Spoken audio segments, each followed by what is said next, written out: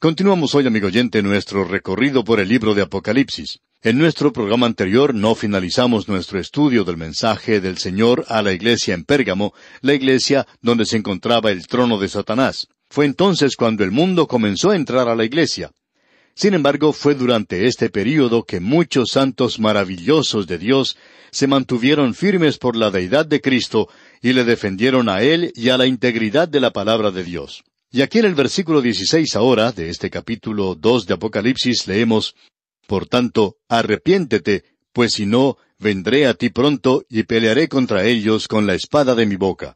Es decir, que la única forma de curarse era por medio del arrepentimiento. Ellos necesitaban volverse a Dios y a la espada de su boca. La única respuesta, amigo oyente, es la palabra de Dios. Y así nos lo revela esa carta hoy. La respuesta no se encuentra en cualquier iglesia. Cometemos una gran equivocación si pensamos que la iglesia es la respuesta. La verdadera iglesia está formada por creyentes en el Señor Jesucristo y el cuerpo de Cristo. Y ellos deben ser luces en este mundo. Lo presenta claramente aquí. Pero nosotros tenemos que tener mucho cuidado de que no es la iglesia. Es la persona con la cual usted se ha identificado, y es la palabra de Dios la que llega a ser la autoridad. Ahora, en el versículo 17 dice: El que tiene oído, oiga lo que el Espíritu dice a las iglesias. Al que venciere, daré a comer del maná escondido, y le daré una piedrecita blanca, y en la piedrecita escrito un nombre nuevo, el cual ninguno conoce, sino aquel que lo recibe. Esto es para usted y para mí hoy, amigo oyente. Ese maná oculto o escondido era la palabra de Dios. Ahora, al que venciere, ese es el creyente en Cristo. Nosotros vencemos, amigo oyente, por la sangre del Cordero. Nunca lo hacemos porque somos vencedores, sino que vencemos por la sangre del Cordero. Este maná escondido no solamente habla de la palabra de Dios, sino de la persona y de la muerte de Cristo. El Señor Jesucristo dijo que Él era el pan de vida. Moisés no fue quien le dio a usted el verdadero maná. Él era eso. Y el creyente necesita alimentarse de Cristo. Permítanos enfatizar esto nuevamente. Esto es una obligación que uno tiene si quiere tener crecimiento espiritual. En realidad, Cristo se encuentra escondido de la vista hoy. Él no es conocido ni comprendido. Amigo oyente, ¿cómo ha abusado de Él la gente y cómo han errado el blanco completamente? Ahora aquí se nos menciona una piedrecita blanca. Y esto es algo más bien difícil de interpretar. Lo blanco está en todas partes. Es el color del cielo, según expresa Trench. Y esa piedrecita, según creemos nosotros, no es un nuevo nombre para usted ni para mí. Cristo nos va a dar a cada uno de nosotros una piedrecita. Así es como se hacían las cosas en aquellos días. O sea que, si uno tenía algún amigo íntimo, uno le daba a él una piedrecita con un mensaje en ella, alguna palabra o algún nombre que uno le hubiera dado a él. Sobre esta piedrecita, pues, que nos va a dar el Señor Jesucristo, no se escribe un nombre nuevo para usted y para mí. Es un nuevo nombre para Él en lo que Él significa para usted. Y lo que Él significa para usted no es lo mismo que lo que Él significa para mí. Y lo que Él significa para mí no es lo mismo que lo que Él significa para usted. Y cada uno de estos nombres, creemos, será diferente, y también serán personales, y algo íntimo. Creemos que con esto nos libramos de ese cántico que dice: hay un nombre nuevo en la gloria y mío es. Bueno, usted puede cantar todo lo que quiera ese cántico, pero ese nombre nuevo no es un nombre nuevo. Es un nuevo corazón que usted ha recibido, una nueva vida. Usted ha nacido de nuevo en la familia de Dios. Pero Él tiene un nuevo nombre que nos da a nosotros. Y así llegamos ahora a la carta que el Señor Jesucristo envía a la iglesia en Tiatira. Aquí tenemos al romanismo. Esto nos lleva a la edad de las tinieblas, a los primeros años de la Edad Media, y comprende los años desde 590 hasta aproximadamente 1517. Ese fue un período muy tenebroso. Ahora, Tiatira era una ciudad ubicada tierra adentro. Uno comienza a avanzar hacia el interior cuando sale de Pérgamo. Todas las iglesias restantes se encuentran tierra adentro. Algunas de ellas bastante alejadas de la costa, como vamos a ver. Tiatira estaba ubicada en un lugar muy hermoso. Opinamos que la mayoría de estas iglesias se encontraban en lugares bastante hermosos, y así sucedió con esta iglesia. Para expresar esto, vamos a compartir lo que dijo Sir William Ramsay. Tiatira está situada a la entrada de un gran valle que se extiende del norte al sur, conectando los valles de Permas y Pacus. No es un desfiladero muy grande, sin embargo, era una ciudad fuera de lo común, una ciudad construida para la defensa, pero la mayoría de las ciudades construidas para la defensa fueron construidas sobre una acrópolis o un promontorio y se construían muros a su alrededor. Pero esta ciudad era diferente. Su fortaleza descansaba en el hecho de que había sido construida por Lisímaco y luego por Seleuco. Seleuco es uno de los que le dio prominencia y era una ciudad militar. Allí se encontraba la guardia más selecta. Allí era donde Roma colocaba esa guardia selecta. Era un lugar fortificado a causa de la guardia que estaba allí, pero finalmente cayó en manos del enemigo. Ninguna ciudad fue destruida tanto como lo fue esta ciudad en esta zona. Y luego fue reedificada de tal manera que uno puede apreciar muy poco de sus ruinas. Es un poco desanimador el tratar de ver las ruinas de Tiatira, porque solamente tienen una cuadra de extensión y una cuadra muy pequeña. Esta ciudad era el centro de muchos gremios antiguos. Los alfareros, los curtidores, los tejedores, los sastres, los tintoreros, todos tenían allí sus centros principales. De paso, digamos que allí es donde se originaron los sindicatos. Debemos recordar que Lidia, con la cual se encontró el apóstol Pablo en Filipos, venía de Tiatira. Ella era una vendedora de púrpura, y ese color es un color rojo vivo. Era tomado de una planta que crecía en esa zona. Apolo era el dios griego y romano del sol, y por esto se le llamaba a veces Zeus. Veamos ahora lo que nos dice el versículo 18 de este capítulo 2 de Apocalipsis. Y escribe al ángel de la iglesia en Tiatira, el Hijo de Dios, el que tiene ojos como llama de fuego, y pies semejantes al bronce bruñido, dice esto. Esto también nos habla de juicio, como veremos más adelante. Ahora él tiene una palabra de encomio para esta iglesia. Y si usted es uno de los que piensan que el catolicismo romano debe ser condenado completamente, creemos que es necesario fijarse en lo que dice la historia. El Señor Jesucristo dice aquí en el versículo 19 de este capítulo 2 de Apocalipsis, «Yo conozco tus obras, y amor, y fe, y servicio, y tu paciencia, y que tus obras postreras son más que las primeras». Él dice, «Yo conozco tus obras». Y aquí tenemos 6 palabras de encomio para esta iglesia en la edad de las tinieblas. Y las obras son, en realidad, credenciales de los verdaderos creyentes. El siervo de Dios, Santiago, dice, «Muéstrame tu fe sin tus obras, y yo te mostraré mi fe por mis obras». Había muchos que vivían vidas sin manchas, y por medio de sus buenas obras ellos adornaban la doctrina de Dios. Luego dice, «y amor». Era una iglesia que tenía amor en ella, a pesar de que se había entregado a la liturgia, al ritualismo. No había muerto completamente durante esa época de tinieblas. Y hubo algunos maravillosos santos de Dios en ese período. Bernardo de Clairvaux, Pedro de Valdo, Juan Wycliffe, Juan Hus, Jerónimo Savonarola, San Anselmo, todos estos hombres pertenecían a la iglesia romana. Ahora, aquí él menciona su fe, y la menciona en esta instancia después de sus obras y de su amor, porque es el impulso principal que hace mover las manos de las obras y del amor. Y luego se menciona el servicio. Después, paciencia, y esto es debido a que ellos soportaron estas cosas durante estos días de tinieblas. Y luego dice, tus obras postreras son más que las primeras. Y debemos decir que en esta iglesia las obras incrementaron en lugar de disminuir. Estas 5 virtudes son producidas dentro de los creyentes por el Espíritu Santo. Luego tenemos una acusación terrible de condenación. Y en el versículo 20 de este capítulo 2 de Apocalipsis dice el Señor, «Pero tengo unas pocas cosas contra ti, que toleras que esa mujer Jezabel, que se dice profetiza, enseñe y seduzca a mis siervos a fornicar y a comer cosas sacrificadas a los ídolos». Este fue un período cuando esta mujer Jezabel hizo entrar el paganismo al reino del norte de Israel. Y este fue el período cuando la iglesia se expandió a través de Europa. Y las prácticas idólatras y paganas se mezclaban con las obras cristianas y también con la adoración. Este fue un período que introdujo ritos y doctrinas en la iglesia que reemplazó a una fe personal en Jesucristo con cosas litúrgicas. Y de la misma manera en que Jezabel le dio muerte a Nabot y persiguió a los profetas de Dios, así también la iglesia instituyó un método para aniquilar a sus opositores durante este período. Y hay otras cosas que quisiéramos decir, amigo oyente, pero como usted comprenderá, no podemos hacerlo en este programa. Por eso es que creemos que es importante y esencial que usted obtenga las notas y bosquejos que ofrecemos para que se entere en más detalle de lo que decimos aquí. Ahora, seducir aquí significa una separación fundamental de la verdad. Esa es la interpretación que le da Vincent. Podemos notar también el gran contraste que existe entre Jezabel y Lidia, quien vino de Tiatira. Jezabel no es otra cosa sino un precursor de la iglesia apóstata, como vamos a ver en el capítulo 17 de Apocalipsis. Ahora, en el versículo 21 de este capítulo 2 de Apocalipsis, dice el Señor, «Y le he dado tiempo para que se arrepienta, pero no quiere arrepentirse de su fornicación».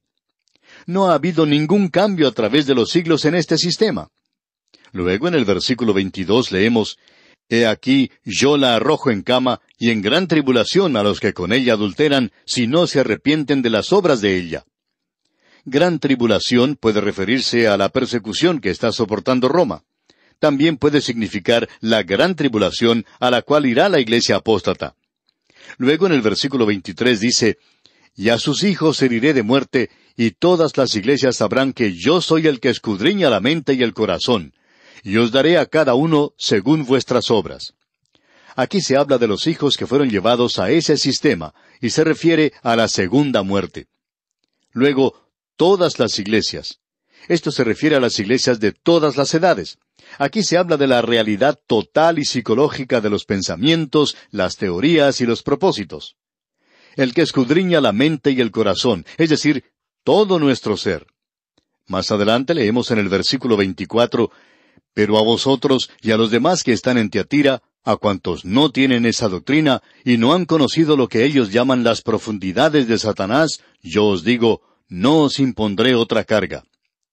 Por lo que ha ocurrido en la historia, sabemos que esta iglesia tuvo un breve período de existencia, porque cayó cuando cayó la ciudad, cuando entró el enemigo. Y las profundidades de Satanás aquí se refiere a una secta gnóstica conocida como Ofir. Ellos adoraban a la serpiente. Habían hecho una parodia de las palabras de Pablo. Todas las herejías se jactan de una percepción espiritual superior, y esto es lo que hizo este grupo. Ahora, en el versículo 25 de este capítulo 2 de Apocalipsis leemos, «Pero lo que tenéis, retenedlo hasta que yo venga». Y eso obviamente comienza ahora. Él le dice a la iglesia, «Yo vengo para sacarte, y a causa de esto, tú debes mantener una posición por mí».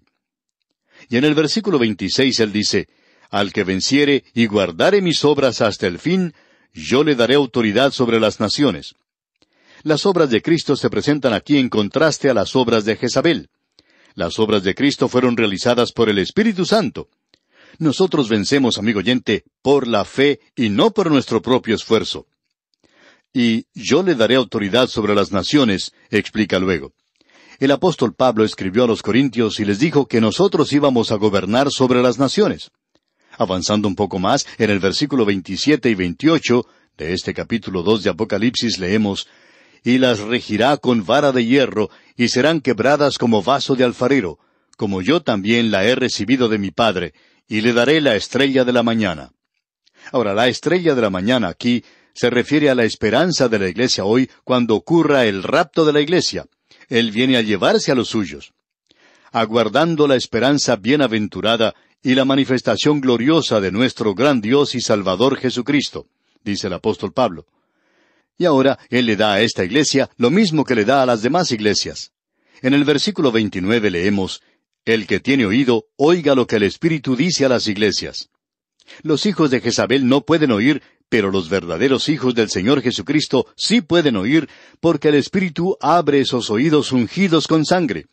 Y tanto los protestantes como los católicos romanos tienen multitudes de personas que se están volviendo a Cristo Jesús. Es que, amigo oyente, no se trata de una etiqueta religiosa, no se trata de religión, se trata de una persona, de la bendita y gloriosa persona del Hijo de Dios, el Señor Jesucristo, y es a Él a quien hay que volverse. Y con esto llegamos al capítulo 3, y aquí tenemos la carta de Cristo a la iglesia en Sardis.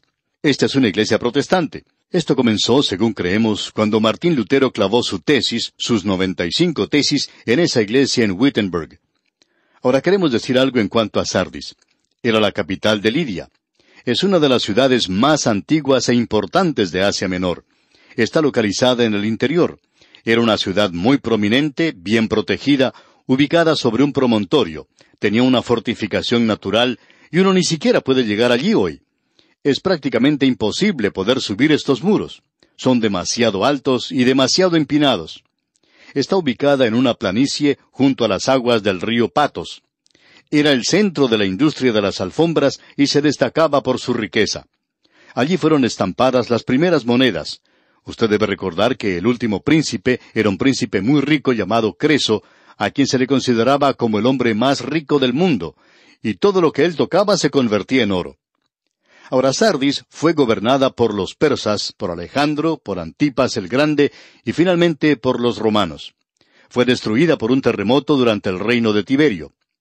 Ahora al pie de esa montaña se encuentran las ruinas del templo de Cibeles y también el de Apolo. Tenía uno de los pocos templos dobles que uno encuentra en el mundo. Cibeles o Diana, como era conocida en Éfeso, pero cuando uno avanza más al interior, se convierte en la diosa de la naturaleza. Ella era la diosa de la luna. Apolo era el dios del sol. Era una adoración muy corrupta, tal cual lo era la adoración a Diana de los Efesios. En nuestros días se está realizando excavaciones en este lugar, y se está reconstruyendo el gimnasio, reedificando también la sinagoga, y también se ha excavado ese camino romano. Cuando uno contempla ese camino, puede emocionarse pensando que allí fue por donde pasó el apóstol Pablo. Ahora el primer versículo de este capítulo 3 de Apocalipsis nos dice: «Escribe al ángel de la iglesia en Sardis, el que tiene los 7 espíritus de Dios y las 7 estrellas, dice esto: Yo conozco tus obras, que tienes nombre de que vives, y estás muerto». Ahora aquí tenemos al protestantismo. Cubre un período de los años 1517 después de Cristo hasta alrededor de 1800 después de Cristo. Este es el período que cubre la iglesia en particular. Ahora él menciona aquí los 7 espíritus de Dios. Ese es el Espíritu Santo, y el protestantismo en el presente en su totalidad tiene un nombre de que vive, pero está muerto. ¿Cuántas iglesias protestantes en el presente sencillamente llevan a cabo sus ritos? Están construyendo todo el tiempo. La gente viene, especialmente los domingos por la mañana. No hay mucha gente durante los servicios de mitad de semana, cuando en realidad deberían estar presentes para escuchar la palabra de Dios. Pero el protestantismo del día de hoy tiene nombre de que vive, pero está muerto. Y él se presenta a sí mismo a esta iglesia como aquel que tiene los 7 espíritus de Dios, es decir, él es quien ha enviado al Espíritu Santo al mundo y a la iglesia en el presente.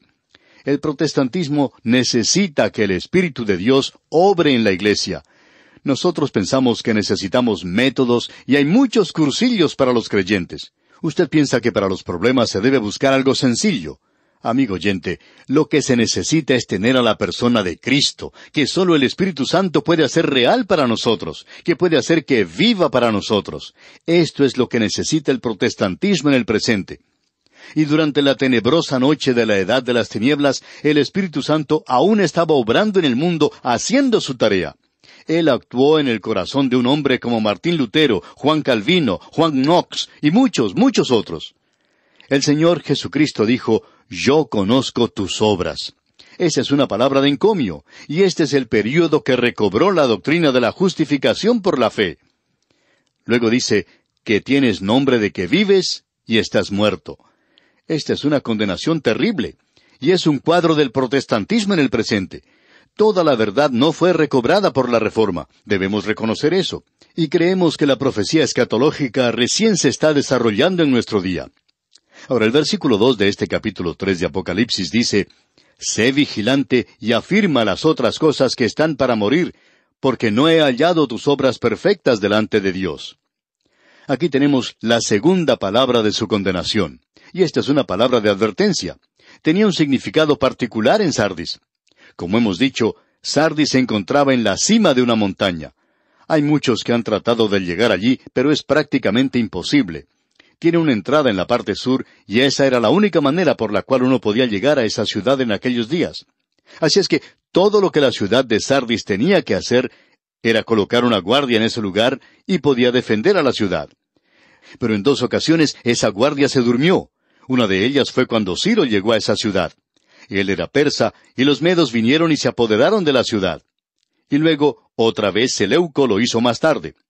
Por ejemplo, un soldado medo-persa subió al parapeto mientras los guardias dormían, Y eso ocurrió en el año 549 a.C.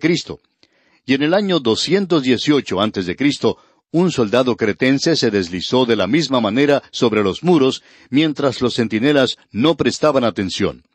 Y el Señor le dice algo a esta iglesia: ¿te despertaste y vigilaste? Esto era algo embarazoso para ellos. Se habían dormido. Ahora Él les dice que va a ir a ellos y que por tanto deben estar vigilantes. Y eso es lo que Él le está diciendo al protestantismo en el día de hoy. Y el protestantismo, como un todo, ha apartado su mirada de la venida de Cristo Jesús y se han creado temas por los cuales ciertas cosas tienen que ser cumplidas antes que Él pueda venir. Amigo oyente, no hay mucho que nos separe desde este instante hasta la venida de Cristo por su iglesia. Él puede venir en el próximo momento, o quizá mañana. Ahora no vaya a decir usted que nosotros hemos dicho que Él viene mañana porque no lo sabemos. Puede que pasen 100 años, pero eso es lo que nosotros debemos esperar. Sardis no sabía cuándo venía el enemigo, y nosotros no sabemos cuándo Cristo viene. No tenemos ninguna forma de saber esto. Ahora el protestantismo recobró la autoridad de la palabra de Dios, la depravación total del hombre, la justificación por la fe, o sea que reafirmó la validez de estas doctrinas. Pero hay muchas otras que no se recobraron. Y vamos a detenernos aquí por hoy, amigo oyente, y continuaremos, Dios mediante, en nuestro próximo programa, considerando el mensaje del Señor Jesucristo a la iglesia de Sardis. Que Dios le bendiga es nuestra ferviente oración.